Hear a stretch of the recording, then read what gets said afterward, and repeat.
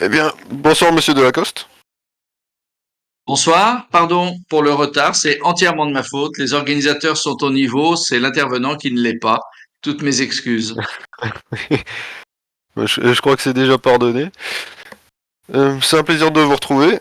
Alors, quelle est la position des médias américains à l'égard du candidat républicain, Donald Trump? Mais écoutez, c'est très intéressant parce que cette position a évolué. Autant pour les élections de 2016, quand Donald Trump a gagné, et en 2020, quand Joe Biden a gagné, les médias étaient vraiment à, comme chez nous, 80-90% pour le candidat dit de gauche, en l'occurrence le démocrate, Hillary Clinton en 2016 et Biden en 2020. Et là, figurez-vous que ça a un petit peu évolué, et ça a même, on peut le dire, sensiblement évolué. C'est sans doute parce que les prévisions sont très incertaines.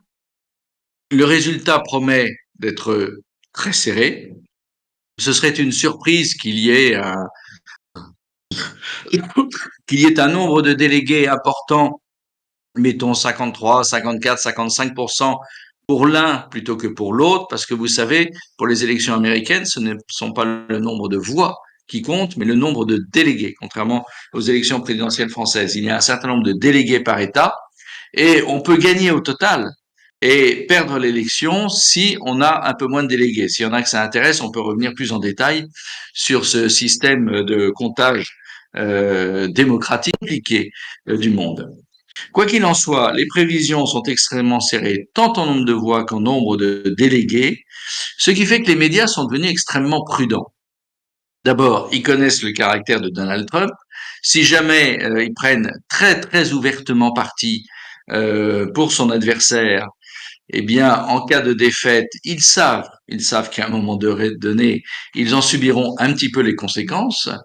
Et au-delà de ça, ils sont devenus prudents. Ils sont devenus prudents pas seulement d'éventuelles représailles, encore que les représailles dans un pays comme l'Amérique, sur un grand journal américain, c'est quand même un petit peu utopique et un petit peu théorique. Mais ils sont devenus prudents parce qu'ils peuvent perdre des lecteurs, ils peuvent perdre des abonnés, dans un sens d'ailleurs comme dans l'autre. Et vous avez un journal aussi à gauche que le Washington Post. Washington Post, vous savez, c'est une légende aux États-Unis. C'est le journal d'où les journalistes Woodward et Bernstein ont déclenché le scandale du Watergate dans les débuts des années 70, au moment où Richard Nixon était président. Et ce scandale du Watergate qui a consisté à dénoncer le fait que des agents secrets payés par le Parti républicain avaient mis des micros dans les locaux du Parti démocrate, ont engendré un des plus grands scandales de l'histoire des États-Unis et la démission de Richard Nixon. Et donc le Washington Post était en position majeure sur le sujet. Et ce journal très à gauche, pour la première fois, a dit qu'il ne prendrait pas parti. Alors pourquoi a-t-il décidé ça? D'abord, ça tient à la personnalité de son propriétaire, Jeff Bezos, un des grands hommes des GAFAM. Mais au-delà de ça, ça tient au fait qu'aujourd'hui, certains médias de gauche, libertaires, libéraux, même proches de certains milieux LGBT ou wokistes, se disent qu'au fond, est-ce que c'est le rôle des grands médias de prendre ainsi parti dans une élection présidentielle? Et ce qui fait que d'un soutien de 90% aux dernières élections pour Biden contre Trump, on est dans une position aujourd'hui quand même largement majoritaire pour le candidat démocrate, mais qui n'est plus aussi écrasante à cause de ce réflexe de prudence et peut-être cette remise en cause implicite, voire explicite, qui pourrait laisser penser que, à l'avenir, les médias américains seront peut-être un petit peu plus prudents, un petit peu moins engagés, un petit peu moins militants. Parce qu'au fond, est-ce qu'on demande à des médias d'être militants? Soit on lit l'organe d'un parti, auquel cas il est militant, on le sait en l'achetant, soit on lit un journal de grande presse, type le Washington Post, le New York Times, autre exemple de presse de gauche beaucoup plus prudent qu'avant. Et là, ils se disent, eh bien, il ne faut peut-être pas non plus passer à côté d'un changement sociologique, psychologique, intellectuel aux États-Unis. pourquoi il y a autant de gens qui votent pour un homme aussi clivant, comme on dit dans le monde moderne, que Donald Trump. Eh bien, il y a peut-être des raisons qui tiennent au fait que l'évolution de l'Amérique nous échappe, l'évolution de la mentalité de l'électeur américain nous échappe. Soyons donc dorénavant peut-être un petit peu plus prudents. Donc, pour répondre à votre question, mon cher Paul, eh bien, les médias, effectivement, tout en étant majoritairement encore engagés auprès des démocrates et donc auprès de Kamala Harris, le sont de façon moins absolue. Et je fais un petit parallèle, c'est pas le sujet, mais je fais un petit parallèle avec les médias français. En ce moment, écoutez BFM ou LCI, qui sont des médias donc de gauche, qui sur le problème de la guerre en Ukraine, par exemple, étaient à 100% militants. C'était même plus de l'information, c'était du militantisme pro-ukrainien. On s'aperçoit que là aussi, depuis quelques semaines, devant les perspectives probables de la défaite ukrainienne, deviennent plus prudents et un peu plus objectifs. Il y a comme ça des similitudes. Alors ça ne veut pas dire, pour revenir aux États-Unis, que Donald Trump va nécessairement gagner. Personne aujourd'hui ne sait qui va gagner, personne. Mais en tout cas, devant une division à 50-50, les médias un tout petit peu sérieux, c'est gentil ce que je dis pour le New York Times et le Washington Post qui ont été tellement militants, mais se disent si on revenait à nos fondamentaux, c'est-à-dire interroger la société américaine, se demander quelle est-elle, comment évolue-t-elle, pour qui va-t-elle voter, et on s'aperçoit que de toute façon, quel que soit le vainqueur, il y a quasiment 50% ou un peu plus de 50% qui vont voter Donald Trump. Pourquoi? Et devant cette question quand même moralement et intellectuellement de base, eh bien peut-être qu'ils reviennent à leurs fondamentaux journalistiques, qui est de poser des questions, d'essayer d'y répondre et non pas de se comporter en militant d'un parti. Voilà pourquoi aujourd'hui les médias américains sont un peu moins engagés, un peu moins, que pour Kamala Harris, donc représentante du Parti démocrate. Comment ont été traitées médiatiquement les tentatives d'assassinat contre Donald Trump et comment ont-elles été reçues par la population? Ont-elles bouleversé la scène politique? Eh bien, la deuxième un peu moins, parce que la deuxième était moins spectaculaire. La deuxième, donc, c'est un homme, vous connaissez l'histoire, qui s'est fait arrêter près du golf de Donald Trump. Il était caché dans un fourré. Il y avait quand même pas mal d'armes à côté de lui, des armes de précision. C'était un homme un peu déséquilibré. Généralement, ça m'agace quand on dit ça d'un assassin ou d'un potentiel assassin. En l'occurrence, c'est un peu vrai. Il a été en Ukraine beaucoup de fois pour dire aux Ukrainiens qu'il allait leur apporter plein d'armes et plein de volontaires. Il n'a jamais rien apporté. Les Ukrainiens eux-mêmes considéraient que ça commençait à bien faire. Donc, il n'a pas apporté beaucoup en réalité à la cause ukrainienne. Il était un peu déséquilibré, c'était manifeste, même si la tentative d'assassinat est avérée. Donc celle-là, on en a un peu moins parlé. La première, évidemment, vous avez tous vu les images, vous avez tous vu cette photo incroyable. C'est l'occasion de faire peut-être une petite parenthèse sur l'étonnant sang-froid de Donald Trump, qui est quand même une personne un peu âgée. Il n'a pas si loin de 80 ans que ça, même s'il est manifestement en pleine forme, tant physique qu'intellectuelle. Eh bien, cette capacité à se redresser, avoir pris une balle dans l'oreille quand même, ça n'est pas rien. Et encore, vous savez aussi qu'il a bougé la tête à la dernière seconde. Il aurait dû même prendre la balle en pleine tête et être mort à l'heure où on parle. Eh bien, il s'est redressé tout de suite. Et ce qui est fascinant quand on regarde les images et quand on entend le son, ceux qui ne l'ont pas fait, allez voir sur Internet, ça vaut la peine. C'est-à-dire que au moment où les agents de sécurité, entre parenthèses complètement nuls et complètement dépassés par l'événement, à un point d'ailleurs tel que c'en est assez troublant, ont essayé de l'entraîner à l'écart de la scène, on l'entend très bien dire wait, wait, wait, attendez, attendez, attendez. Il veut se redresser, il lève le poing, l'oreille en sang, et là il y a l'image, il y a l'image de l'élection américaine, c'est absolument incroyable.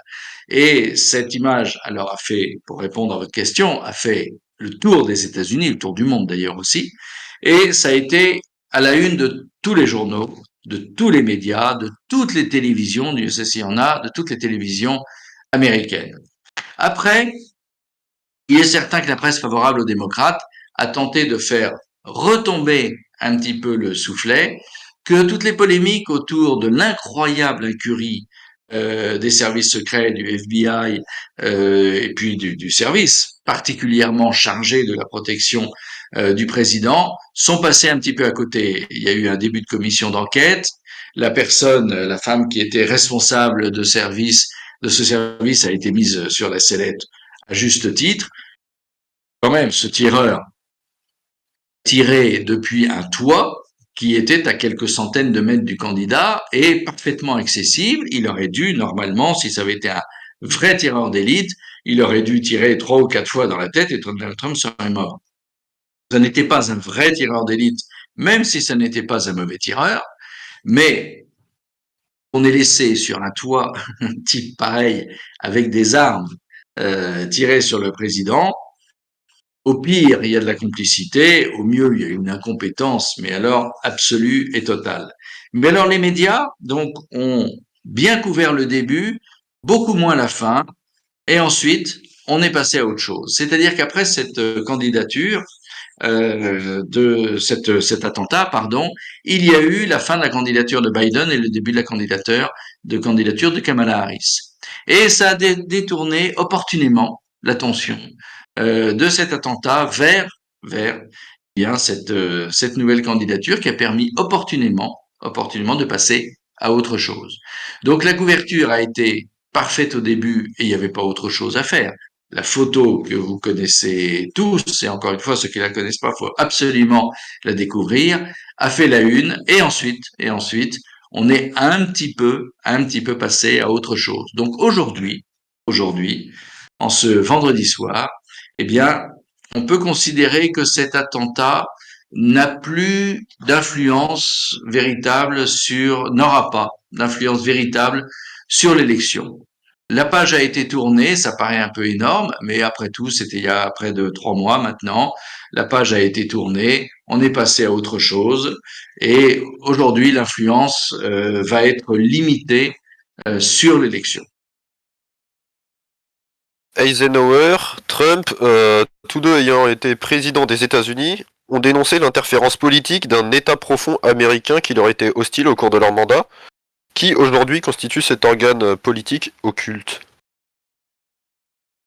Alors, c'est très intéressant d'examiner ça, parce qu'en effet, comme vous le dites très bien, Eisenhower, dont je rappelle qu'il a été président 2 fois de suite, de 1952 à 1956 et de 1956 à 1960. Vous savez, le général Eisenhower, Dwight Eisenhower, c'était un héros de l'Amérique. Il a participé au débarquement enfin comme général. Il n'était pas en première ligne, bien évidemment, c'était pas son travail, mais c'est lui qui a organisé le débarquement, c'est lui qui a organisé toute une partie de la campagne de France après jusqu'à la conquête de l'Allemagne. Donc Eisenhower, c'était une légende aux États-Unis.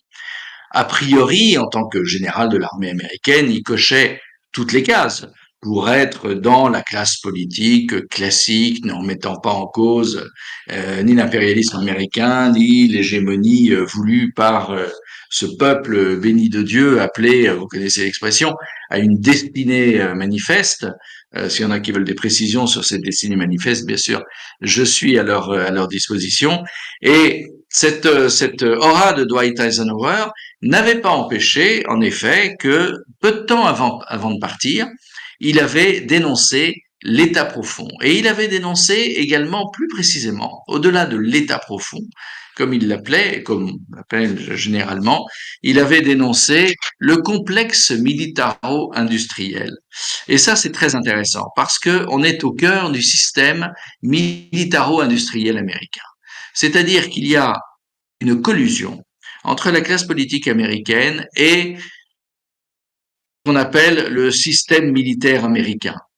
C'est-à-dire qu'il faut qu'il y ait des guerres, il faut qu'il y ait des engagements militaires un peu partout, il faut qu'on aide, pas seulement qu'on soit en guerre, mais qu'on aide des guérillas à tel endroit, c'était très à la mode dans les années 50-60, au moment de la guerre froide, qu'on aide telle ou telle armée, telle ou telle faction dans tel ou tel pays, pour justifier pas tellement un engagement idéologique, un peu, bien sûr, mais aussi la fabrication des armes.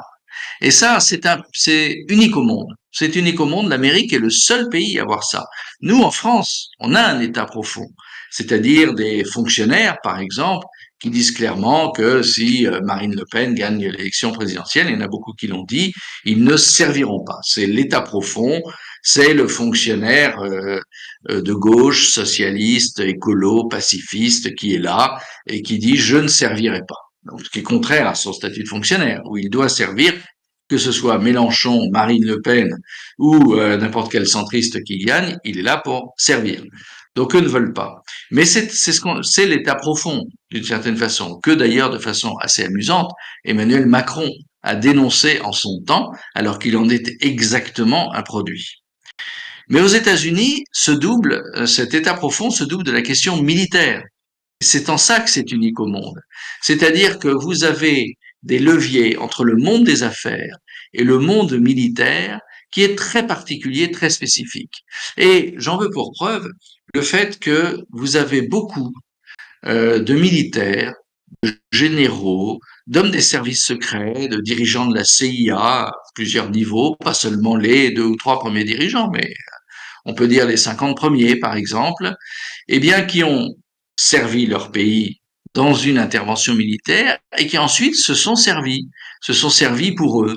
Un exemple emblématique de ce que je donne pour être plus concret, c'est le général Wesley Clark.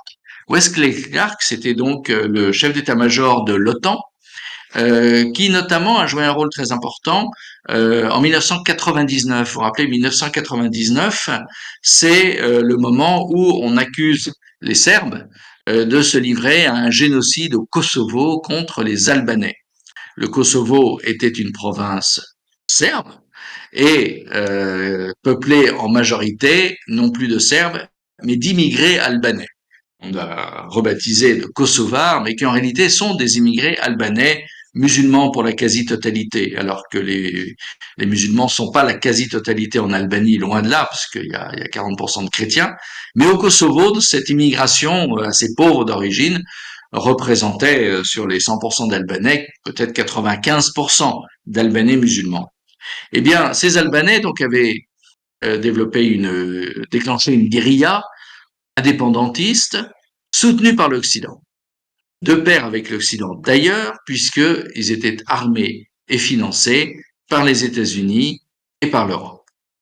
Et donc cette guérilla avait abouti au bout d'un moment à une répression par l'armée serbe, enfin une répression, l'armée serbe est allée au Kosovo et a détruit peu ou prou cette insurrection albanaise. Et c'est à ce moment-là que l'OTAN est intervenue et a dit c'est épouvantable, c'est un génocide qui se passe au Kosovo, il faut empêcher les Serbes de faire ça. On a donc pendant 78 jours au printemps 1999 bombardé la Serbie, plusieurs milliers de morts civils.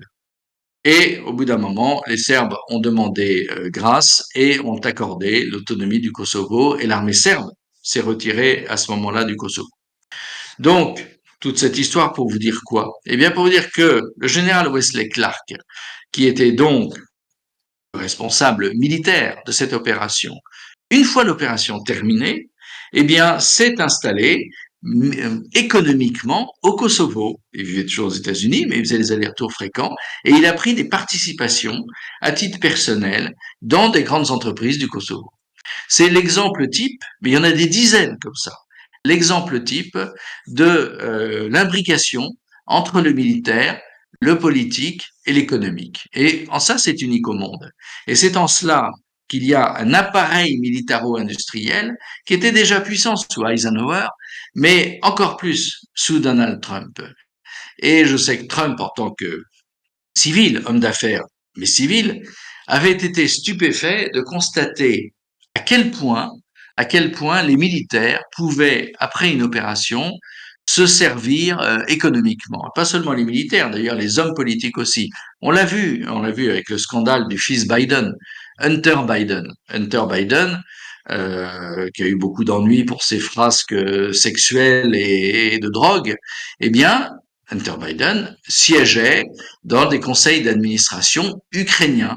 C'était la collusion entre l'appareil militaro-industriel et le monde politique américain sous couvert d'intervention militaire. On a exactement eu la même chose donc au Kosovo avec le général Wesley Clark, et à chaque fois on retrouve ça. À chaque fois on retrouve ça, que ce soit des militaires, que ce soit des politiques, eh bien ils prennent des participations financières et deviennent très riches grâce à ça.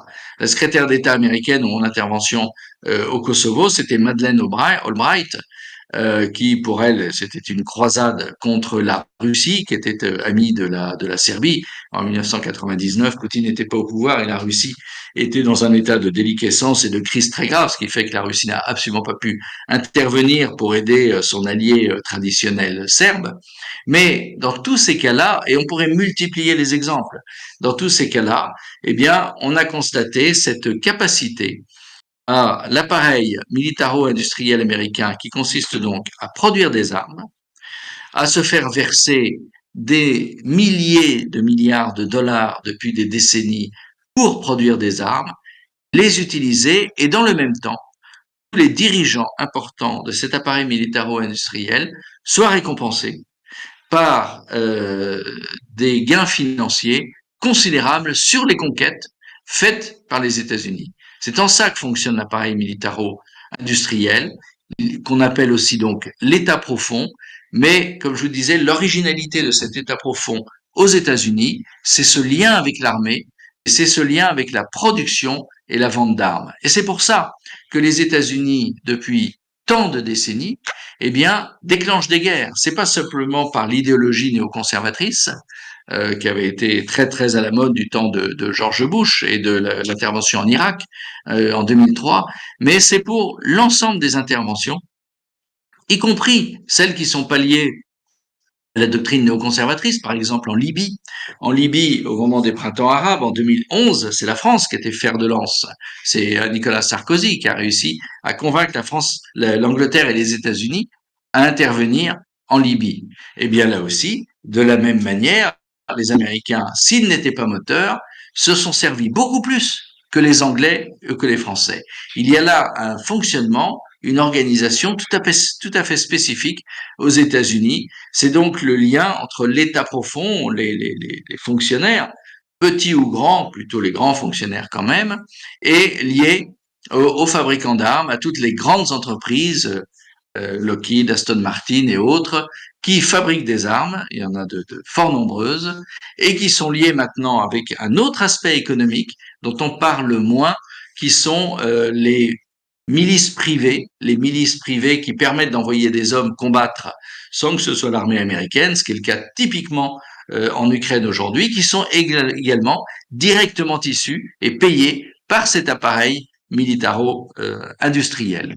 Donc c'est un phénomène euh, très spécifique aux États-Unis. Il existe dans les autres pays occidentaux, mais à ce point de développement et avec ces liens entre le monde économique, le monde politique et le monde militaire, là c'est unique au monde. Si en France on avait un ancien général de l'armée de terre qui prenait des participations dans une entreprise d'un pays dans lequel on serait intervenu, on serait extrêmement choqué. Si on apprenait que le chef d'état-major de l'armée de terre, actuellement le général Burkhard, qui est un bout de feu obsessionnel, eh bien, si on apprenait que dans 5 ans, 7 ans, il avait pris des participations dans une grande entreprise ukrainienne de transport, de poste, de ce qu'on veut, on dirait, ben quand même. Mais aux États-Unis, c'est tout le temps.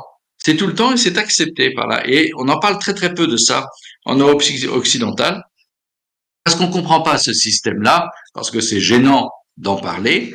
Mais aux États-Unis, c'est parfaitement acquis, admis, et ça fait partie en quelque sorte de la rémunération, si on peut dire, de la rémunération de ces généraux américains.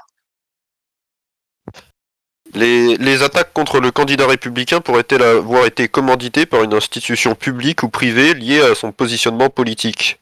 Sur le plan diplomatique, avec une Non, politique extérieure pacifiste, voulant mettre fin à la guerre en Ukraine, à Gaza, et ayant des relations plus cordiales avec la Russie, qui défavoriserait le complexe militaro-industriel et ouvrirait la voie à un monde multipolaire, rejeté par les tenants de l'impérialisme états-unien, Ou sur le plan économique, avec une politique de débancarisation qui a été évoquée lors de l'entretien entre Donald Trump et Elon Musk, qui pourrait inquiéter les groupes bancaires et financiers. Ah, c'est très difficile de répondre à cette question parce que vous savez, John Kennedy, qui a été assassiné, on ne sait pas toujours très bien par qui. Il y a eu des tas de théories et au bout du compte, on n'est pas très fixé. Ils ont essayé de mettre ça sur le dos de l'Union soviétique à l'époque. Ça tient plus la route, ça n'est plus du tout une option. L'option, c'est une option interne, interne aux États-Unis. On a dit que c'était la mafia pour des tas de raisons, la mafia qui avait organisé la triche pour faire élire John Kennedy. Je rappelle que la première élection où officiellement le président est élu en trichant, c'est celle de John Kennedy, avec la complicité de la mafia. C'est maintenant, c'est pas une thèse complotiste hein, que je vous donne, c'est établi, c'est officiel, on le sait. Mais il y avait mille autres intérêts qui pouvaient avoir intérêt a tué John Kennedy. Il y avait aussi les intérêts pétroliers texans. On a parlé il y avait 1000 pistes et finalement, à l'arrivée, on ne sait pas très bien. Donc, vous vous doutez bien que si on ne sait pas 70 ans après qui a assassiné John Kennedy, on ne sait pas évidemment qui a commandité la tentative de meurtre de Donald Trump. Ce qu'on sait, c'est que c'était une vraie tentative de meurtre, que les essais de la presse démocrate consistant à dire mais il s'est mis en scène, au bout de 24 heures c'était terminé, plus personne n'y croyait, parce que la balle à 2 centimètres de la tête, là faut quand même pas exagérer. Donc cette thèse a fait long feu, terminée. Et pour autant, est-ce que c'est l'œuvre d'un individu isolé? Est-ce que c'est commandité? Bon, la question est posée. L'individu isolé, oui, on trouve toujours un type un petit peu déjanté, comme Lee Oswald au moment de l'assassinat de Kennedy, et manifestement, le tireur qui a tenté de tuer Donald Trump était un peu déjanté. Simplement, le service chargé de la protection de Donald Trump l'a exterminé de tas de balles pour être sûr qu'il soit mort, et donc on ne saura jamais quelle était sa motivation. L'aurait-il dit? Rien n'est sûr. D'ailleurs, l'assassin de John Kennedy avait été également assassiné peu de temps après, et comme ça a évité de parler. Alors, y a-t-il eu commande? Impossible de le dire. Impossible. On n'a aucun élément pour dire oui et on n'a aucun élément pour dire non. Qui pourrait avoir intérêt à tuer Donald Trump? En dehors de groupes extrémistes acharnés, eh bien, l'appareil militaro-industriel, ça me paraît quand même un peu court. Parce que même si Donald Trump n'a déclenché en effet aucune guerre, je ne suis pas sûr qu'on puisse le considérer comme un pacifiste.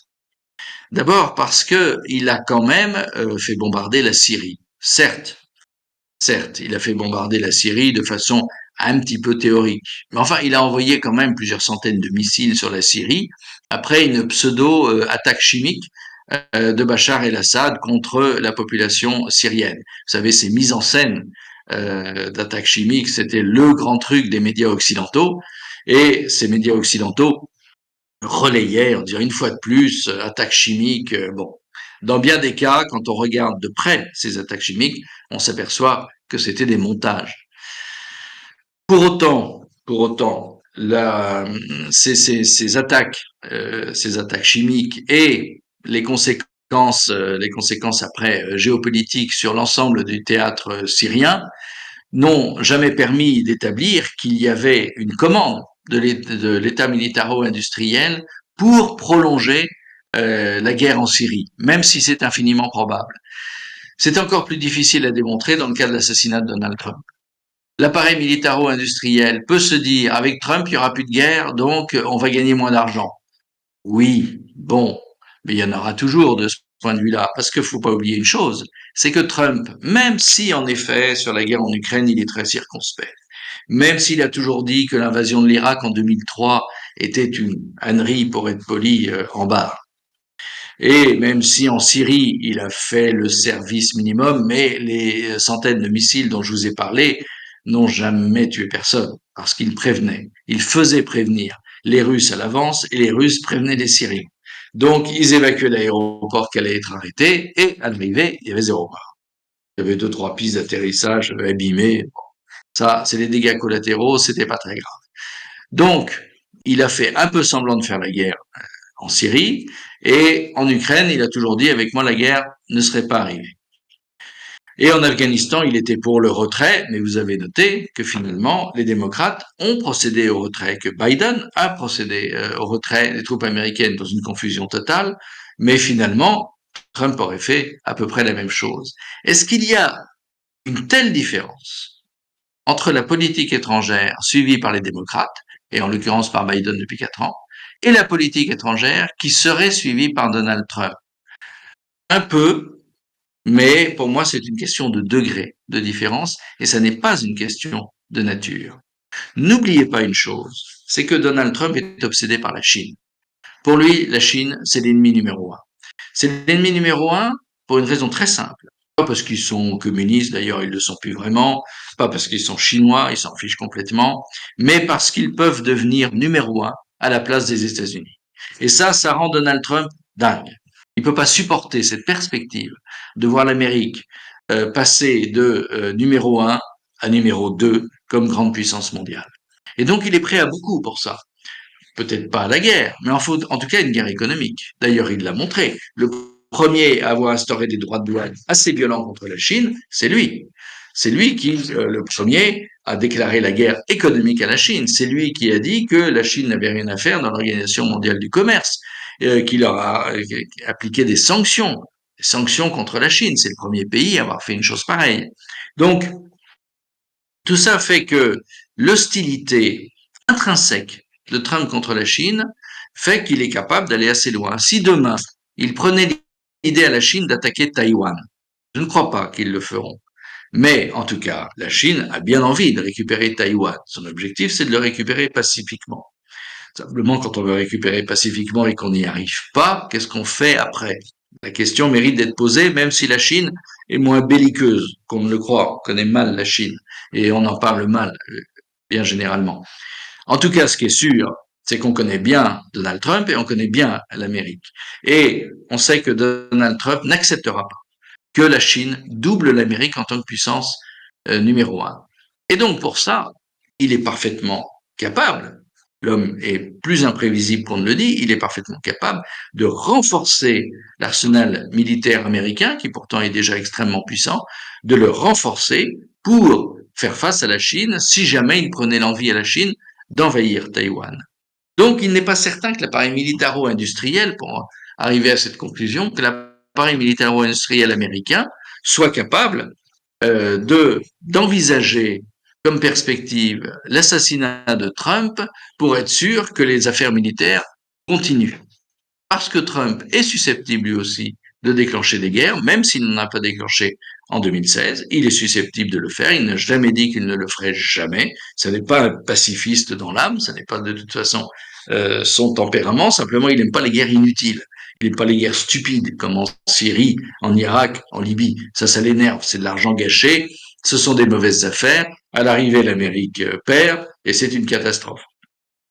Donc, de là à penser qu'il y a une commande, je suis loin de le penser. Cela étant, il faut bien que quelqu'un ait eu l'idée. Si c'est pas l'individu lui-même qui a eu l'idée tout seul, eh bien, qui lui a soufflé?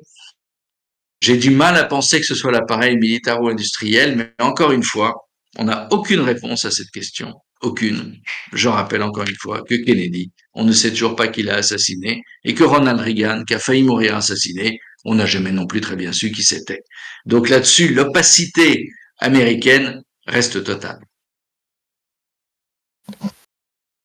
Quelle est la nature des relations entre l'entrepreneur Elon Musk et le candidat républicain? Y a-t-il un lien avec les Twitter Files?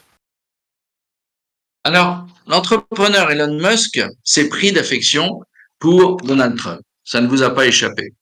Et il s'est pris d'affection pour Donald Trump dans des circonstances qu'on va qualifier de progressives.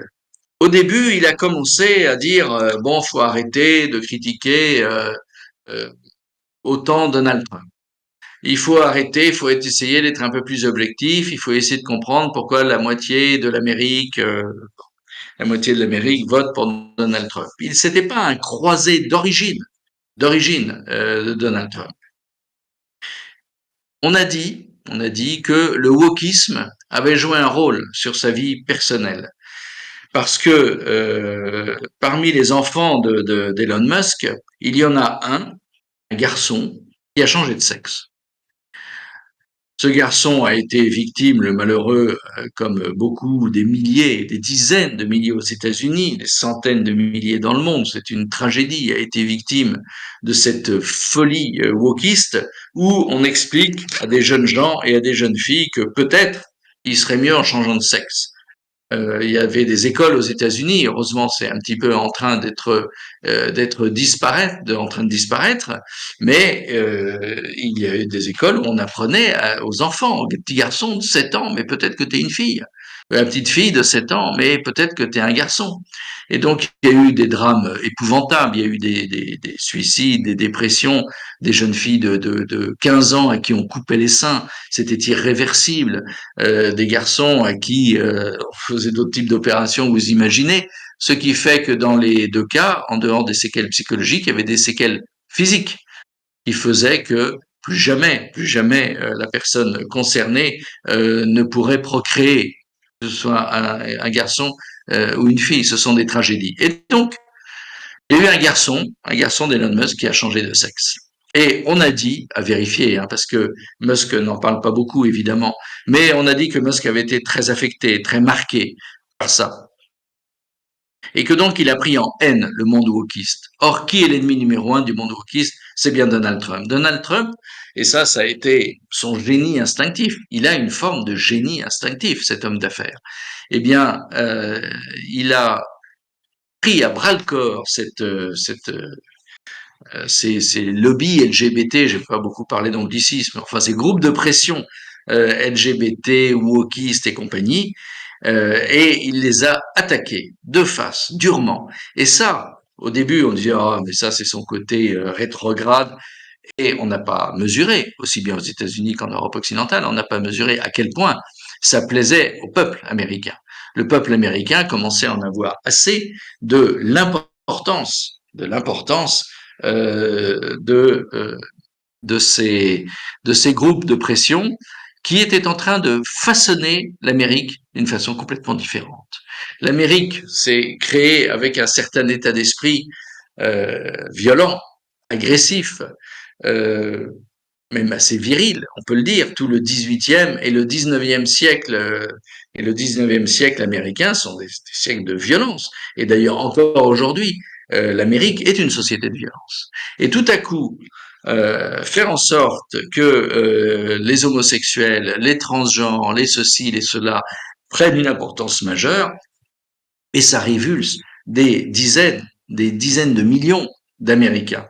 Une très bonne moitié de l'électorat de Trump avait comme objectif numéro un mettre fin à l'influence wokiste, à l'influence de la cancel culture également, à l'influence des transgenres. Je vois qu'il y a des questions, je les lis en parlant, et quelqu'un demande ce que c'est que les wokistes. Eh bien, je vais vous répondre en passant parce que c'est très important de comprendre ça. Excusez-moi, je sors d'une angine. Wokiste, ça vient d'un mot anglais qui veut dire woke, wake, éveillé. C'est une doctrine qui consiste à faire s'éveiller les minorités. Les minorités sexuelles, les minorités raciales, on peut les résumer à ces deux-là pour simplifier, sont considérées comme se considèrent, enfin une partie d'entre elles, hein, pas tout le monde, c'est jamais tout le monde. Merci pour vos souhaits. Eh bien, sont considérés comme ayant une influence aux États-Unis depuis qu'ils ont pris conscience qu'ils étaient oppressés. Oppressés par qui? Eh bien, par, selon la vieille doctrine, le mâle blanc hétérosexuel. Le mâle blanc hétérosexuel, c'est le mal absolu. Il faut, le mâle MAL cette fois, il faut lutter contre lui. Et donc, dans l'évolution depuis 30 ans de cette société américaine qui a provoqué une fracture dont il faut être conscient, et l'élection Kamala Harris-Donald Trump est le symbole très très fort de cette fracture, comme ça avait été le cas d'ailleurs il y a 4 ans et il y a 8 ans, l'Amérique est coupée en deux sur ces questions. Vous avez les wokistes et vous avez les anti-woke. Et alors les woke, ceux qui veulent que les minorités s'éveillent, qu'elles cessent d'être persécutées, si tant est qu'elles le soient, donc les minorités raciales et les minorités sexuelles, eh bien, veulent promouvoir ces minorités au détriment de la majorité blanche avec un modèle familial classique, un papa, une maman, des enfants. Eh bien, ce modèle classique, donc, est battu en brèche par tous les milieux wokistes qui veulent mettre en avant les minorités sexuelles et les minorités raciales, voire une combinaison des deux. C'est ça le monde wokiste. Eh bien, ce monde wokiste, donc, cette, euh, cette élection est un symbole très fort de cet affrontement entre les démocrates et les républicains. Et donc Elon Musk, lui, là-dedans, pour en revenir à la question de Paul, Elon Musk, lui, considère, semble-t-il, mais il ne s'est pas beaucoup épanché là-dessus, semble-t-il que son fils a été victime de cela. On ne sait pas quel est l'état psychologique de son fils après changement de sexe. Par contre, ce qu'on sait, c'est que Elon Musk, lui, n'a pas du tout apprécié. Donc, à partir de ce moment-là, il a commencé, lorsqu'il a racheté Twitter, qui est devenu X, comme vous le savez, eh bien, il a commencé à déjà rétablir le compte de Donald Trump. N'oubliez pas que Twitter est quand même un des points d'influence essentiels aux États-Unis, avait fermé le compte de Donald Trump lorsqu'il était président. Ça va quand même très très loin dans le militantisme. Donc, Twitter choisissait qui avait le droit de parler et qui n'avait plus le droit de parler, toujours au nom, vous savez, de la lutte contre les fake news, les fausses nouvelles. Donald Trump, président des États-Unis, donnait des fausses nouvelles, donc on le censure. C'est très très fort quand on y pense. Et c'est pour ça que c'est à partir de ce moment-là que s'est développée une grande lutte dans le monde entier, l'Europe occidentale et notamment la France, par l'intermédiaire notamment de son commissaire européen Thierry Breton, était en pointe sur le sujet. Empêcher les fake news de fonctionner, c'est-à-dire en réalité empêcher la réinformation de fonctionner. Et donc, quand Elon Musk a été couvert d'ennui après son rachat de Twitter, qu'il a transformé en X, il a licencié des milliers de personnes, tous ceux qui avaient fait des pétitions contre lui pour son rachat, et puis il a rouvert des milliers et des milliers de comptes qui avaient été suspendus parce que l'un était trop ceci et l'autre pas assez cela. Et à partir de ce moment-là, il a eu l'État profond contre lui. Pas spécifiquement l'appareil militaro-industriel, mais en tout cas une bonne partie de l'État profond de gauche, et puis également tous les réseaux woke, LGBT, homosexuels, etc. Et plus évidemment il était attaqué, plus il se durcissait. Et donc d'un soutien pas neutre, mais plutôt Trump, mais sans plus, il est devenu un supporter acharné de Trump. Et les derniers meetings de Trump tout au long de l'été, c'était extraordinaire. Il apparaissait sur scène, il sautait de joie et il prenait le micro, très à l'aise d'ailleurs, c'était quand même un homme de communication, et il prenait le micro en disant soutenez Donald Trump, c'est lui qui va sauver l'Amérique. Donc, on ne sait pas évidemment toutes les raisons qui ont engendré ce soutien très fort, mais il y a eu cet aspect psychologique qui a joué. Après, au-delà de ça, Elon Musk est devenu clairement un homme de droite. Le grand slogan trumpiste MAGA, Make America Great Again, ça lui correspond très bien. Il est parfaitement d'accord avec ça. Donc, pour conclure sur la question concernant les liens entre Trump et Musk, après, peut-être, c'est le sous-jacent de votre question, Paul, peut-être qu'il y a des accords économiques implicites entre l'un et l'autre, ou sans être implicite, explicite, mais peut-être secret, en disant je t'aiderai à faire ceci, je t'aiderai à faire cela. J'en doute, parce que ces engagements-là sont toujours très compliqués à tenir après. Et je pense que Trump se dit que son réseau X, qui connaît quelques difficultés relatives, hein, les difficultés à l'échelle de Musk, mais qui a perdu un petit peu enfin pas mal de chiffre d'affaires, notamment au niveau des recettes publicitaires qui ont considérablement diminué, lié au fait que les engagements très forts de Musk en faveur de Trump, évidemment, ont fait qu'un certain nombre d'annonceurs ont cessé de faire des annonces. Ça, c'est la vie des affaires. Je suis pas sûr que ça traumatise véritablement Musk, qui a encore tout l'avenir devant lui et qui est tellement riche que il peut bien avoir quelques difficultés passagères. Globalement, je pense que Musk se dit que si Trump est élu, c'est mieux pour ses affaires, que son réseau X se continuera à se développer, et par ailleurs, lui, il est un peu embarrassé avec la guerre en Ukraine. Musk, son réseau Starlink est utilisé par l'armée, il n'a pas le choix. Il a voulu à un moment donné arrêter, on l'a clairement menacé, donc il n'avait pas envie d'avoir un accident de voiture imprévu. Et donc, il a fini par laisser Starlink gratuitement à l'armée américaine. Il n'est pas emballé par cette situation, parce qu'il considère que l'Ukraine va perdre la guerre et que ça n'a pas de sens.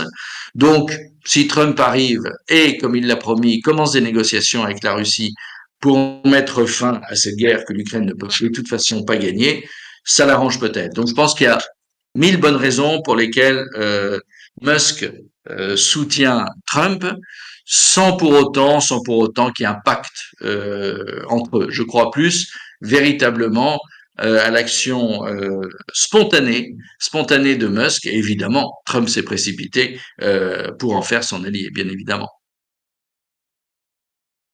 Euh, Peut-on faire une parenthèse sur les Twitter Files qui avaient marqué la précédente campagne présidentielle?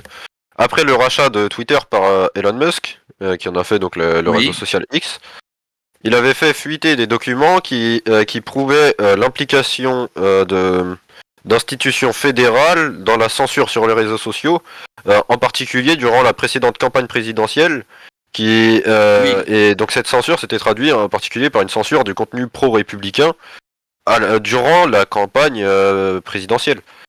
bien sûr. Bien sûr.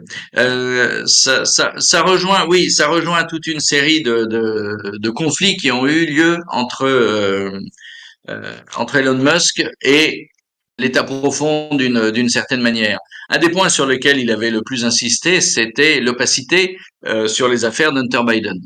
Hunter Biden, comme je vous l'ai dit, avait des intérêts dans des sociétés ukrainiennes et tout le monde avait mis ça sous le boisseau, c'est-à-dire que Twitter, Facebook, euh, toutes ces chaînes américaines, LinkedIn et compagnie, n'en parlaient pas. C'était terminé. Et lorsque les preuves sont sorties, et Elon Musk les avait soulignées, les preuves sont sorties avec la perte de l'ordinateur d'Hunter Biden. Pour ceux qui connaissent pas l'histoire, elle vaut la peine d'être vécue. Cet imbécile d'Hunter Biden, comme il était drogué de temps en temps, il n'avait pas toute sa tête, et un jour, il a donné, figurez-vous, son ordinateur à nettoyer à un informaticien. Il avait des virus, et donc il donne son ordinateur à nettoyer. Bon.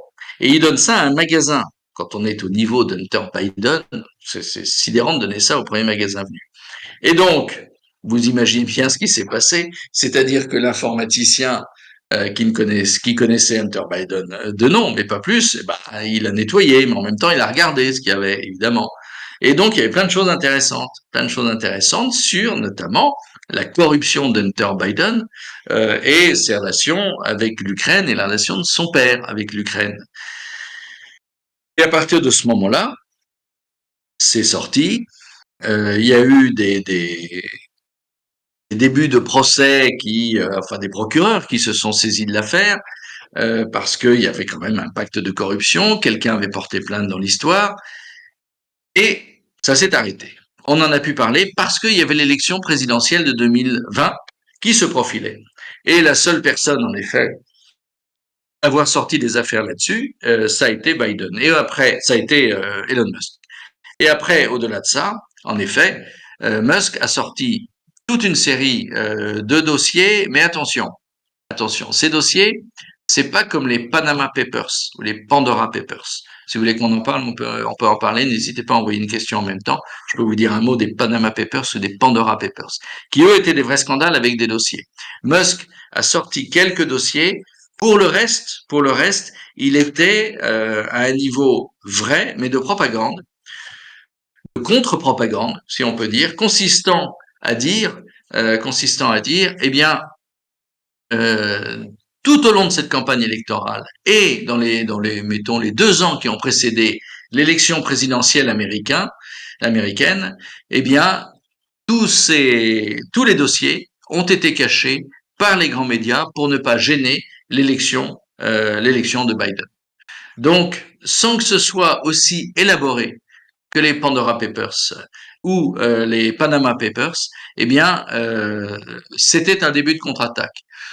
Bon, de là à penser que c'est la seule raison pour laquelle Musk ait soutenu Trump, non, il était déjà son soutien et il est un peu venu à son secours, un peu tardivement, et donc c'est pour ça qu'à partir de ce moment-là, eh bien, euh, après la défaite de Trump en 2020, c'est là où où Musk a élaboré une stratégie un petit peu plus construite pour aider Trump.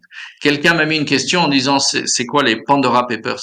euh, il faut savoir, et ça c'est extrêmement important, euh, Panama Papers et Pandora Papers, ce sont des fuites de documents.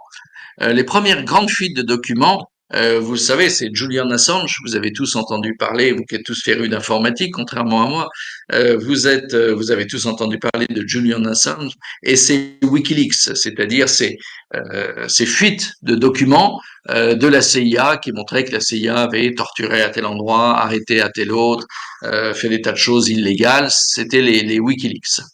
Et à la suite de ça, vous avez eu toute une série de révélations qui ont été données, qui ont été fournies. Pardon, je m'aperçois que il faut que je mette mon chargeur de batterie. Une seconde. Voilà. Et vous avez eu toute une série de documents qui ont ensuite été fournis par non plus seulement Julian Assange et puis son ami entre guillemets Edward Snowden. En dehors de ces deux-là, vous avez eu toute une série de documents qui sont sortis. Et là, on l'a appelé les Panama Papers.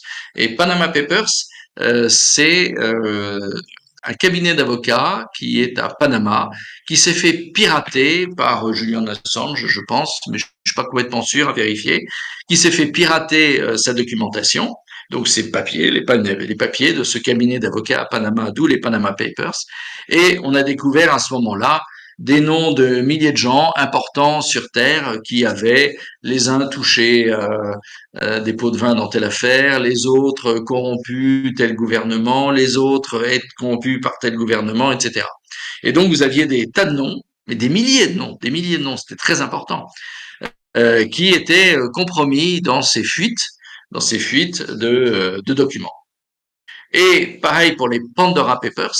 Là encore, je ne sais plus si c'est Julian Assange ou un de ses successeurs, il y en a eu beaucoup, mais peu importe, vous avez des milliers de documents qui sont là aussi sortis, et on a appelé ça Pandora Papers, vous savez, à cause de cette histoire grecque sur la boîte de Pandore.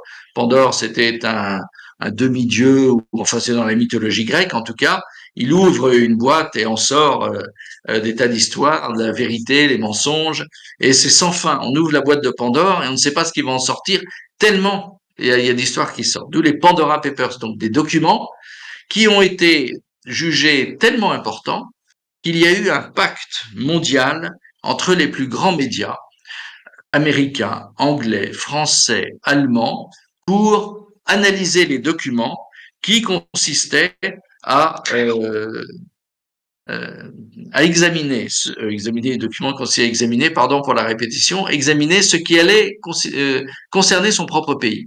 Donc vous aviez, par exemple en France, c'était le journal de gauche du soir bien connu, Le Monde, et vous en aviez en Allemagne, en Angleterre, en Italie, en Espagne, enfin dans tous les pays, en Ukraine. En Ukraine, vous avez un média ukrainien qui a enquêté comme ça sur Zelensky, qui était compromis largement dans des pactes de corruption, qui avaient touché beaucoup d'argent et qui avait placé beaucoup d'argent en Angleterre. Et tout ça était écrit noir sur blanc dans les Pandora Papers. Et avant d'ailleurs, son nom figurait déjà dans les Panama Papers. Donc tout ça fait que ces fuites de documents permanentes, eh bien, ont, euh, ont permis à l'ensemble de l'opinion publique, mais surtout américaine, parce qu'en France, finalement, c'est typique que vous me demandiez c'est quoi les Pandora Papers, c'est quoi les Panama Papers, vous qui suivez l'actualité. Et il y a peut-être un Français sur 100 000 aujourd'hui qui sait ce que c'est que les Pandora Papers ou les Panama Papers. Et toutes ces fuites de documents, bien qu'elles aient été mises en valeur par une certaine presse, eh bien, une certaine presse pourtant de gauche, hein, pas spécialement trumpiste, pas spécialement anti-système, eh bien, ça montre bien quand même que le système a bien fonctionné et que tout ça a été relativement étouffé. Donc, toutes ces fuites de documents ont été bien relayées par Elon Musk, qui est devenu à partir de ce moment-là un soutien actif de Trump pour les raisons multiples et variées que je vous ai expliquées, mais il y en a sûrement d'autres qu'on ne connaît pas, mais aussi il a été un relais de toutes ces nouvelles qui permettaient de mettre en lumière la corruption, le pacte de corruption qui existe dans les pays occidentaux pour maintenir le système en vie. Je vois une question, je ne sais pas Paul si vous voulez en poser une autre, mais je vois une question. Pensez-vous objectivement qui va gagner? Je ne sais pas si vous êtes d'accord pour que je réponde à cette question, mais la réponse est Oui, très allez-y. je ne sais pas en réalité. Les sondages, les sondages donnent 50-50. Bon. Mais les sondages en voix donnent Kamala Harris légèrement devant. Ça n'a aucune importance parce que, comme je vous l'ai dit au début, ce ne sont pas les voix qui comptent, ce sont les délégués. D'ailleurs, en 2016, Trump a été élu parce que il avait plus de délégués, mais il a eu moins de voix, ce qui ne l'a pas empêché d'être élu.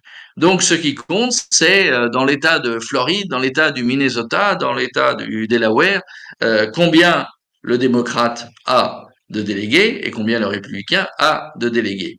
Et ça ne correspond pas, on ne peut pas calquer ça sur le nombre de voix, parce que le nombre de voix, d'ailleurs comme en France, si vous prenez le nombre de députés du Cantal ou de la Creuse, eh bien, il en a proportionnellement plus qu'à Paris. Il faut plus de voix à Paris pour faire un député que dans la Creuse. C'est comme ça que ça fonctionne dans à peu près tous les pays du monde. Et aux États-Unis, le système est poussé encore plus loin, ce qui fait qu'on peut avoir moins de voix et gagner. Je pense que c'est tout à fait clair. Donc, Kamala Harris est légèrement devant en nombre de voix, ça ne veut rien dire. En nombre de délégués, il semble que le nombre de délégués soit légèrement devant pour Trump. Mais le problème, c'est là où il faut se pencher sur le système électoral américain. L'Amérique se dit la plus grande démocratie du monde. Très bien. C'est une autosatisfaction, c'est une autodéclaration. En réalité, c'est plus compliqué que ça, parce que elle a le système électoral le plus archaïque du monde. Nous, on dit qu'on est un peu archaïque parce que quand il y a une élection, municipale, législative, présidentielle, eh bien, on ouvre l'urne. Je le sais, ça fait 30 ans que je suis maire adjoint dans ma commune. On ouvre l'urne et on compte les enveloppes. Il y a tellement de monde à compter les enveloppes, tellement de monde qui compte et qui recompte, que je peux vous garantir que pour tricher, même si j'avais eu envie, eh ben, je vois pas comment j'aurais pu faire. Après, s'il y avait un système de triche organisé, ça pourrait être en préfecture, dans le comptage de voix, le recomptage et la proclamation du nombre de voix. Mais même là, depuis 30 ans, je vous assure qu'entre le nombre de voix que je comptais dans mon bureau de vote et ensuite dans l'ensemble de la ville de Sartrouville et après à la préfecture des Yvelines, il n'y avait pas de différence. C'était toujours la même chose. Aux États-Unis, on veut être à la fois plus moderne et moins moderne. C'est-à-dire qu'il y a le vote électronique. Alors ça, le vote électronique, bien gentil, mais on clique sur un candidat, ça part où, ça va où, qui contrôle, déjà. Mais si c'était que ça, si c'était que ça, vous avez d'un État à l'autre, d'un comté à l'autre à l'intérieur des États, des systèmes de comptage extraordinairement différents. Ce n'est même pas d'un État à l'autre, c'est d'un comté à l'autre où les règles ne sont pas du tout les mêmes. Et figurez-vous, vous tous qui avez voté, je suppose, eh bien, vous présentez une carte d'identité. Aux États-Unis, c'est pas toujours nécessaire. Vous avez des immigrés clandestins non inscrits sur les listes électorales qui vont voter. Et dans certains États, après toutes les histoires de 2020 2020, on se dit quand même, c'est assez curieux le nombre de votants inconnus d'une certaine façon qui se sont pointés au bureau de vote et qui ont pu mettre un bulletin dans l'urne, c'est invraisemblable. Donc dorénavant, on va faire un contrôle d'identité. Et vous avez toute une série d'assesseurs démocrates qui ont dit ah mais moi je demande pas la pièce d'identité, c'est une atteinte aux libertés individuelles. Donc je ne demande pas de pièce d'identité.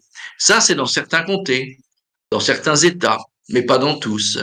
Et puis dans d'autres, vous avez du vote anticipé. Il y a déjà des millions, des dizaines de millions d'Américains qui ont voté depuis 8 jours, 15 jours, 3 semaines, un mois, vous vous rendez compte.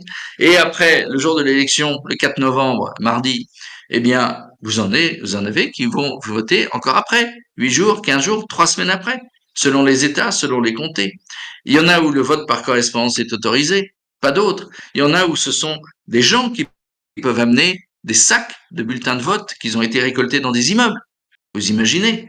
Enfin, la porte est ouverte à tout. Et donc, faire un pronostic sur une élection serrée, c'est rigoureusement et strictement impossible. Donc, bien malin qui peut dire qui va gagner cette élection, bien malin qui peut dire si en 2020 il y a eu triche ou pas. Ce dont je suis certain, c'est qu'en 1960, il y a eu triche pour faire élire Kennedy contre Nixon. Ça maintenant, on le sait, tous les historiens américains le reconnaissent, toute la classe politique américaine le reconnaît. C'est devenu un sujet acquis. Les amis de Kennedy ont triché. C'est la mafia de Chicago qui lui a fait gagner l'élection, qu'il aurait dû perdre. Mais ça remet pas en cause le système. C'est le système fédéral américain. Ils sont terriblement attachés à leur fédéralisme, à la liberté des États, voire des comtés, voire des communes. Quand je dis que c'est différent d'un comté à l'autre, c'est différent d'une commune à l'autre. Vous imaginez? Et donc, cette plus grande démocratie du monde a le système électoral le plus archaïque du monde, ce qui fait que c'est rigoureusement et strictement impossible, à partir du moment où l'élection s'annonce serrée, ce qui est le cas, de faire le moindre pronostic sérieux. Oui. D'ailleurs, au sujet de fraude électorale, la Californie a rendu illégal le contrôle des pièces d'identité pour aller voter. Oui, complètement, complètement. C'est très démocrate, ça. Au nom des libertés individuelles, on contrôle pas l'identité. Alors, en Californie, ça ne va pas changer grand-chose, que la Californie vote quasiment totalement démocrate. La Californie, c'est l'État le plus à gauche, le plus libertaire, le plus drogué, le plus LGBT, le plus woke, le plus tout ce que vous voulez. Et donc, là, ça va pas changer grand-chose. Mais ils en ont fait une question de principe, en effet. On ne demande pas de pièce d'identité aux gens. Et c'est complètement dingue quand vous y pensez.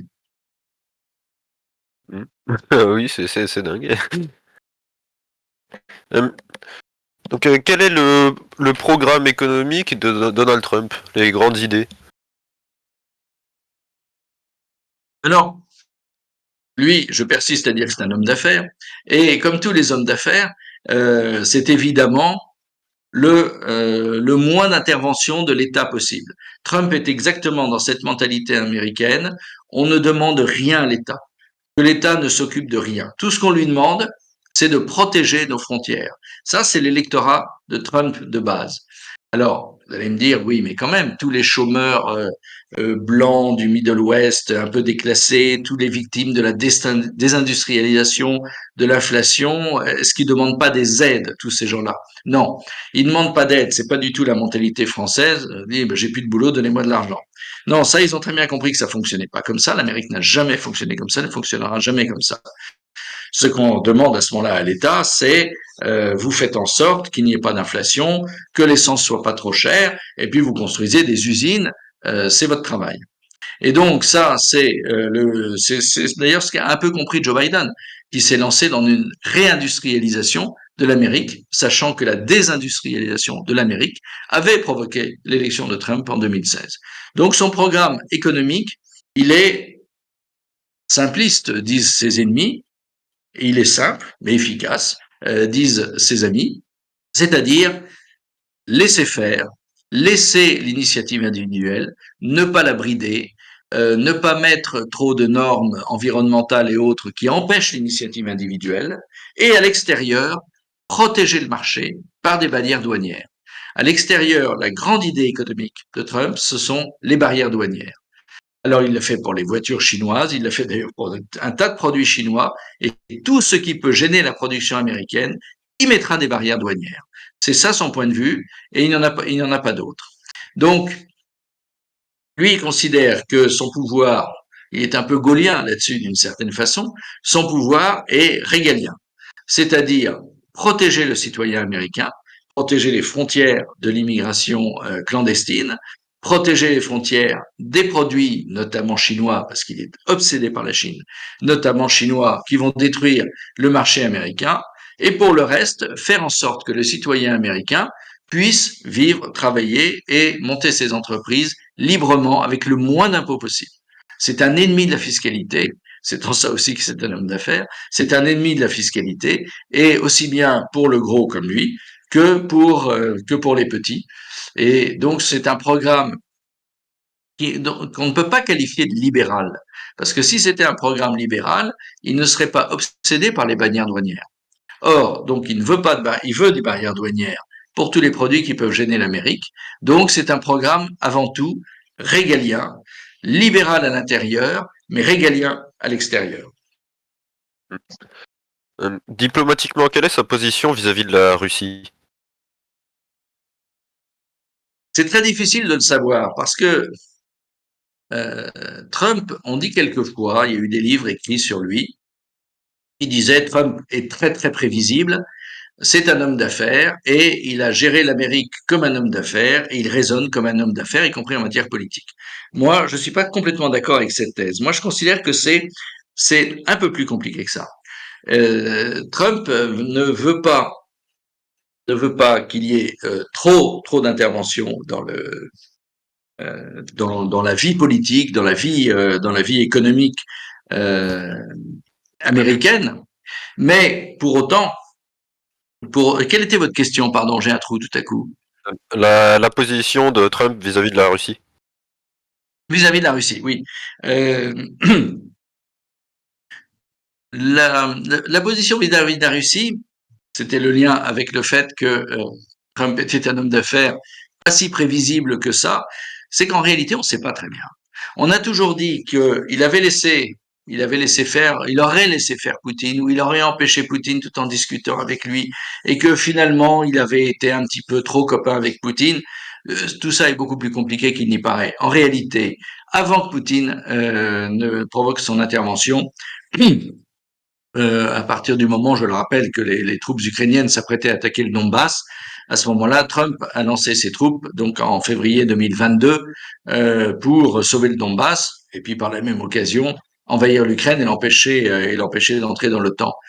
Mais dans les mois qui ont précédé, du temps où Trump était président, c'est le premier à avoir transféré des armes sophistiquées à l'Ukraine. Donc il est très imprévisible. C'est un point qu'on a souvent oublié, ça. Et d'ailleurs, Poutine n'était pas content du tout. Il a fait savoir à Trump. Et ils se sont durement affrontés au téléphone, notamment. Ils se sont durement affrontés sur cette question en disant, ben non, pourquoi vous envoyez des armes? Qu'est-ce que ça peut faire quand on envoie des armes? Et Trump disait, l'Ukraine a vocation à entrer dans l'OTAN. Pour autant, il n'aurait peut-être pas fait la guerre, comme Biden s'est lancé dans la guerre. Mais donc, il a une relation avec la Russie qui est infiniment plus ambigu qu'on ne le croit. L'autre jour, il y a un général de plateau sur LCI, la chaîne qu'il vaut mieux éviter de regarder, ou alors vraiment 5 minutes de temps en temps, comme ça, par distraction. Il y avait un général français qui disait que Trump était un agent de Poutine. Alors, plus bête, c'est difficile quand même. D'abord, au niveau où il est agent de personne, ça n'a pas de sens. Mais au-delà de ça, toute son action de 2016 à 2020 prouve qu'il n'était pas si proche de la Russie que ça. Ce que n'aime pas Trump, ce sont les guerres inutiles. Les guerres inutiles, c'est l'Irak, c'est la Libye, c'est la Syrie, c'est la Somalie, le Soudan, l'Afghanistan. Vraiment l'Afghanistan, très très bel exemple. Et donc toutes ces guerres, Trump a considéré que ça coûtait beaucoup d'argent pour rien du tout. Il y avait des soldats américains qui mouraient quand même, plusieurs milliers de morts en Irak, par exemple, et ça coûtait des milliers de milliards de dollars. Et ça l'énerve. Ça, il trouve que c'est inutile, ça sert à rien, et il faut arrêter. C'était la doctrine néoconservatrice, vous savez, qui avait été qui avait été développé par l'entourage de George Bush, avec toute sa camarilla de néoconservateurs. Lui, son obsession, je vous l'ai dit, je le redis, c'est la Chine. La Russie n'est pas du tout son obsession. Il ne fait pas du tout partie de cette corde d'intellectuels américains de grandes universités qui ont appris en géopolitique qu'il fallait contenir la Russie, containment, le containment de la Russie. C'est Brzezinski qui pensait beaucoup ça, qui a écrit là-dessus, et tous les grands géopolitologues, tous les grands intellectuels américains ont toujours écrit, d'accord, il faut faire attention à la Chine, mais notre premier ennemi, c'est la Russie. Notre obsession doit être de contenir la Russie, d'une part, et d'autre part, de la couper de l'Europe. De ce point de vue-là, d'ailleurs, ça a assez bien réussi. L'Europe s'étant comportée comme des moutons de panurge, et donc a suivi docilement l'invitation américaine à se couper de la Russie, contrairement à tous nos intérêts. Donc, ça n'est pas du tout son obsession. Il n'a pas cette formation militaro-géopolitique qui consiste à dire la Russie est notre ennemi. Lui, c'est un pragmatique. Si la Russie l'embête, il sera méchant avec la Russie. Si la Russie l'embête pas, il sera pas méchant avec la Russie. Il sera toujours méchant avec la Chine. Donc, s'il gagne, il est à parier qu'il va lancer des discussions avec Poutine.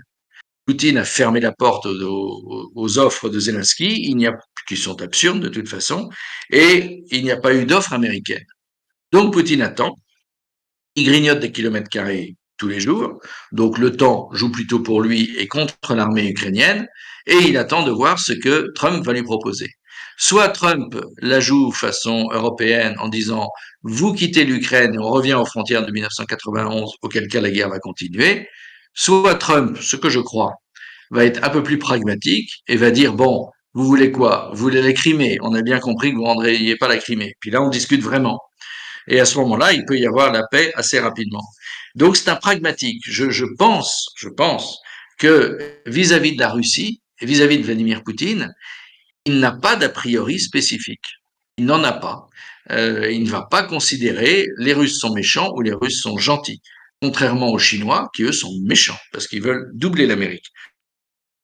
Or, c'est pas du tout l'idée russe. L'économie russe fonctionne pas du tout de la même façon. Et de toute façon, l'économie russe ne doublera jamais ni celle de la Chine, ni encore moins celle des États-Unis.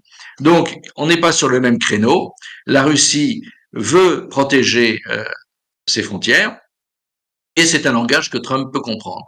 Donc, on peut supposer que les relations vont reprendre. Là, elles sont interrompues, même si les services secrets russes et américains se parlent régulièrement, ce qu'on ne sait pas toujours, mais ils se parlent régulièrement pour éviter tout incident grave. Mais sur le fond, on peut penser que avec Trump, il y a plus de chances pour que la guerre s'arrête qu'avec Kamala Harris. D'ailleurs, quelle est la position de Kamala Harris vis-à-vis de ce conflit? Ah, c'est assez difficile de savoir quelle est la position de Kamala Harris sur quoi que ce soit. Plutôt du Un des camp démocrate, problèmes de Kamala alors. Harris. Pardon? Alors plutôt du camp démocrate. Oui, c'est ça, plutôt du camp démocrate. Parce que Kamala Harris, comme disait récemment une ancienne militante démocrate dont je lisais un entretien récemment, elle disait Kamala Harris, c'est une salade de mots dont on ne peut jamais rien sortir. Donc c'est pas évident. Le camp démocrate, lui, il est bien embarrassé. Ils sont dans une impasse avec cette guerre. Ils ont perdu la guerre, ils le savent très bien. Les Européens pensent que la guerre peut être gagnée par l'Ukraine, parce qu'ils n'ont rien compris, parce qu'ils sont dans une posture purement idéologique. Les Américains sont rarement dans une posture purement idéologique. S'ils font semblant d'être dans une posture idéologique, c'est parce qu'ils y ont un intérêt matériel, financier, industriel derrière. Donc là, peut-être savez-vous que des grands groupes américains ont déjà acheté les meilleures terres à blé de l'Ukraine. L'Ukraine a les meilleures terres à blé du monde quasiment. Et ce sont déjà des grands groupes américains type Monsanto qui en sont propriétaires. Donc, de ce point de vue-là, le travail est fait. Il y a un sous-sol intéressant en Ukraine, il y a des métaux rares en Ukraine. Tout ça est déjà aux mains de l'appareil américain. Donc le travail est fait. Donc là-dessus, s'il s'agit de mettre fin à la guerre, euh, ben, les républicains, ils sont prêts. Les démocrates, ils sont bien embêtés parce que c'est eux qui ont provoqué cette guerre, c'est eux qui l'ont entretenue, c'est eux qui ont poussé les Européens aux sanctions, à livrer plus d'armes, etc. Vous remarquez d'ailleurs que les fameux F-16 américains, ce sont les Européens qui les livrent et pas les Américains. Comme si les Américains s'étaient déjà quasiment retirés du conflit, quasiment. Alors que les Européens sont toujours en plein dedans. Alors les démocrates, eux, s'ils sont battus, eh bien, et si Trump fait la paix, ils diront ah là là, Trump a cédé devant Poutine, ça prouve bien que c'est un agent de Poutine. Mais dans le fond, ils diront bah voilà, c'est terminé, on a joué, on a eu les intérêts qu'on voulait. Pour le reste, on a perdu, mais au fond, c'est pas si grave. Poutine n'ira probablement pas loin que l'Ukraine. Et officiellement, ils ne peuvent évidemment pas dire ça. Officiellement, ils sont obligés de dire attention, attention, après l'Ukraine, c'est les pays baltes, c'est la Pologne, etc. Je suis absolument convaincu du contraire. Ça intéresse absolument pas Poutine d'aller envahir la Pologne. On se demande ce qu'il en ferait. C'est absurde. Et puis en plus, c'est un pays membre de l'OTAN, ce qui n'était pas le cas de l'Ukraine. Donc ça n'a pas de rapport. Donc pour l'instant, la position démocrate est officiellement l'Ukraine peut gagner et officieusement comment finir cette guerre maintenant qu'on a eu ce qu'on voulait et maintenant qu'on a compris que de toute façon l'armée russe allait gagner. Pensez-vous qu'une intégration des États-Unis au BRICS est envisageable avec l'élection de l'un ou de l'autre candidat? Non, jamais. Jamais. Les BRICS, c'est un club non occidental. Non pas anti-occidental, mais non occidental. Brésil, Russie, Inde, Chine, Afrique du Sud à la base, les 5 premiers pays des BRICS. Et puis après, se sont rajoutés l'Argentine, qui finalement a décliné, et l'Éthiopie, l'Égypte, l'Iran, les Émirats arabes unis. Donc des pays qui n'ont rien à voir avec le monde occidental.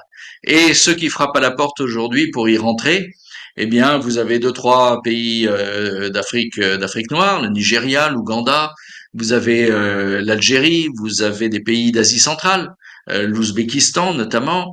Le Pakistan commence à en parler, mais enfin comme il y a l'Inde et qu'ils s'entendent pas, c'est un peu compliqué. Mais ce ne sont jamais des pays occidentaux. Donc c'est un club non occidental, jamais l'Amérique n'ira. Hmm. Comment analyser le ralliement de Robert Kennedy Jr. à Trump?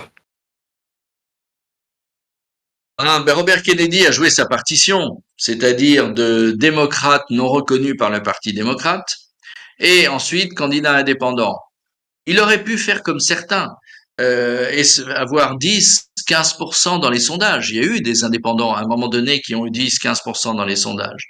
Et au bout d'un moment, la poursuite de son aventure, c'était, dans le meilleur des cas, dans le meilleur des cas, être appelé par Trump pour être son vice-président, mais il est quand même un petit peu foutraque, il est quand même un petit peu, il a eu des déclarations extrêmement étranges sur beaucoup de sujets, donc ça aurait plus été un boulet qu'autre chose.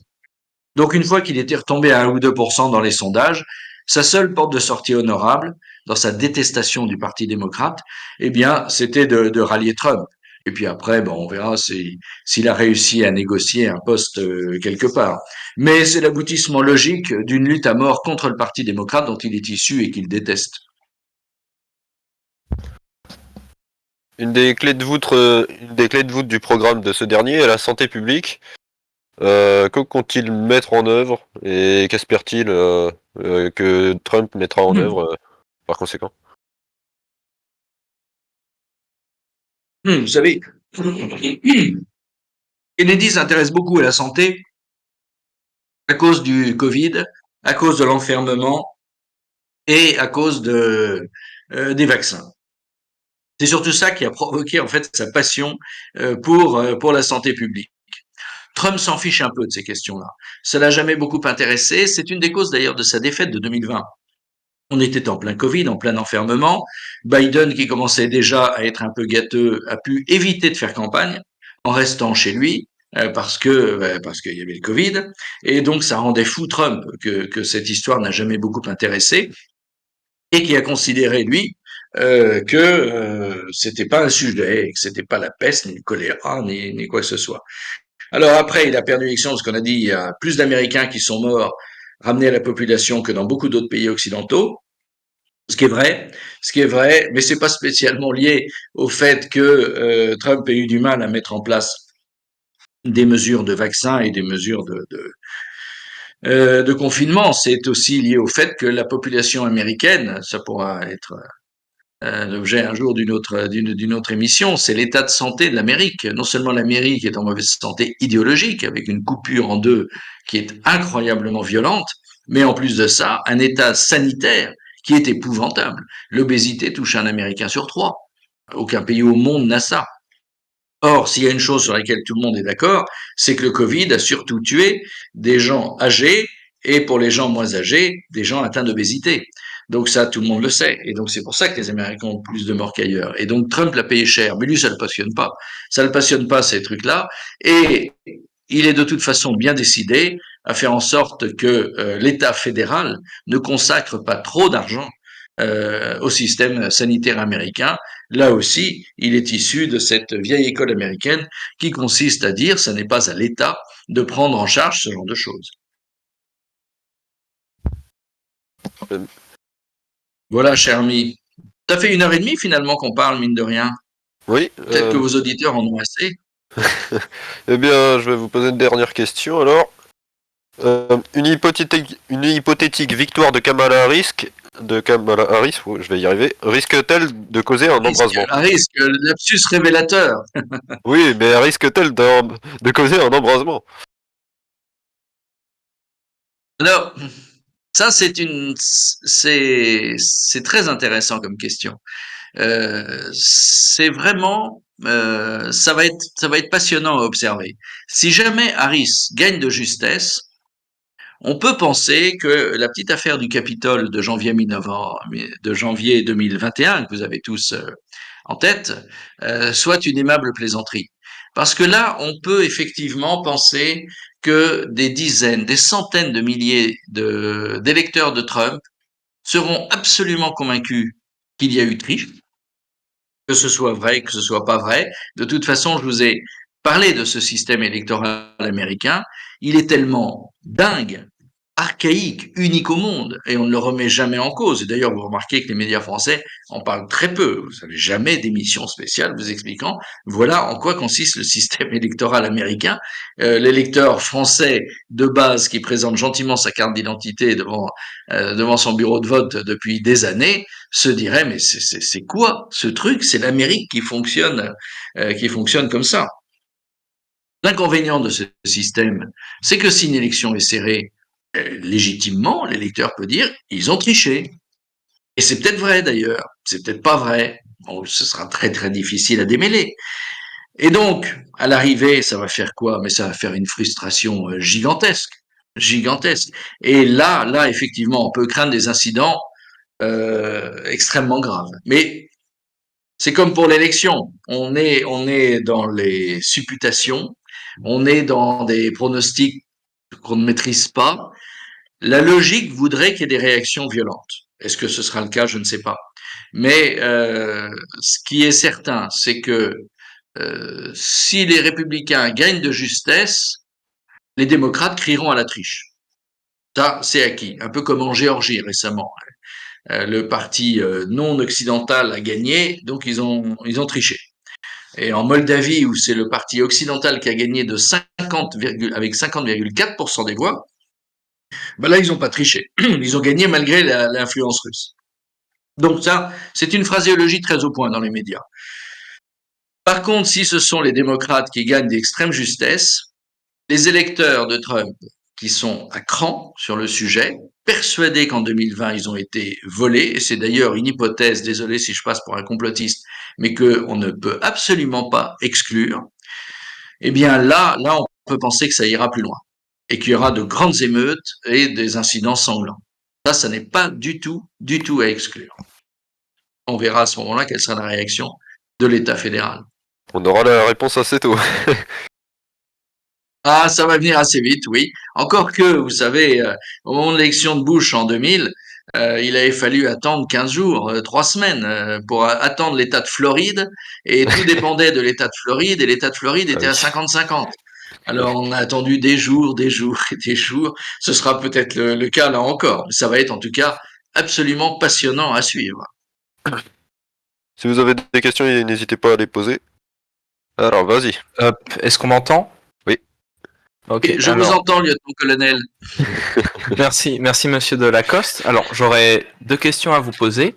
Déjà, de mémoire, il me semble que Donald Trump a été, lorsqu'il était plus jeune, au Parti démocrate. Et qu'est-ce qui peut expliquer le fait qu'il soit parti chez les républicains? Première question. Et deuxième question, est-ce qu'il y a de vraies différences entre Harris et Biden d'un point de vue idéologique ou de la politique à mener, de la façon de faire? Alors, sur la première question, j'avoue que j'ai pas tellement en tête J'avoue que j'ai pas tellement en tête le fait que Donald Trump ait pu être membre du Parti démocrate. Ce qui est sûr, c'est que je vérifierai ce point-là. Je vous dirai la prochaine fois si vous me réinvitez. Ce qui est certain, c'est que la politique a toujours passionné Trump, toujours. Donc son engagement en politique, même s'il est tardif, n'est pas étonnant de ce point de vue-là. Ensuite, pourquoi a-t-il commencé au Parti démocrate et pourquoi a-t-il, si c'est vrai, mais si vous le dites, je vous fais toute confiance. Je vais enquêter là-dessus, si vous voulez, et une prochaine émission, on pourra ouvrir là-dessus. J'ai une documentation assez complète sur Trump, mais j'avoue que j'ai regardé plus sa vie plus récente que sa vie de jeune homme, s'il avait pu être membre du Parti démocrate, et je ne manquerai pas de vous répondre. Sur la partie Kamala Harris, Joe Biden, les différences idéologiques, alors le problème, c'est que sans avoir beaucoup de sympathie pour Joe Biden, son cerveau, du temps où il fonctionnait, était quand même un peu mieux constitué que celui de Kamala Harris. Le potentiel intellectuel de Kamala Harris est faible. Elle est incapable de faire un discours autonome. Dès que son prompteur tombait en panne, ce qui est arrivé une ou deux fois, elle était incapable d'improviser. Elle n'a fait que dire la joie, la démocratie, c'est formidable, vous êtes incroyable, toujours ces expressions américaines, vous êtes tous incroyables, j'ai un mari incroyable, Bojo a été incroyable. Bon, on ne connaît pas son programme. Mais ne vous inquiétez pas, son insuffisance intellectuelle fera que, comme elle est issue de toute façon du sérail du système, elle a fait carrière en Californie en commençant à vivre avec, lorsqu'elle avait moins de 30 ans, elle vivait avec un homme de 60 ans qui était, son nom m'échappe là à l'instant, mais c'est très facile à vérifier, qui était l'homme qui faisait la Californie, qui était le démocrate qui régnait sur la Californie. C'est vraiment une femme du sérail. Donc elle fera ce qu'on lui dira de faire. Et si elle gagne, il y aura autour d'elle tout ce qu'il faut pour diriger, et ce sera la même politique que traditionnelle que le Parti démocrate. C'est-à-dire du social qui coûte de l'argent, ce qui exaspère les républicains, Donald Trump en tête, et à l'extérieur, eh bien, des aventures quand il faut avoir des aventures militaires. Et pour l'affaire ukrainienne, ça, il va falloir qu'il s'attelle à la tâche. Et là, bien malin, qui peut dire ce qui se passera. Mais ce qui est certain, et on l'a vu avec Biden, qui ne dirige plus rien depuis plusieurs années, c'est Anthony Blinken, son secrétaire d'État. C'est lui qui dirige la politique extérieure. Et à l'intérieur, c'est l'appareil démocrate classique avec les ministres qui dirigent tout. Biden ne faisant que entériner. Ça se passera exactement de la même façon. Donc, comme Kamala Harris n'a pas de programme, on peut dire que le programme de Kamala Harris et celui de Biden, c'est le même. Cher lieutenant-colonel qui avait une jolie photo de Chateaubriand. Merci beaucoup, monsieur. Merci Paul. Merci à vous tous de votre attention. J'espère que ça vous a intéressé et que donc vous suivrez les élections américaines la semaine prochaine avec intérêt. C'est la plus grande puissance du monde et donc il faut regarder de près ce qui s'y passe. Merci à tous. Bonne soirée.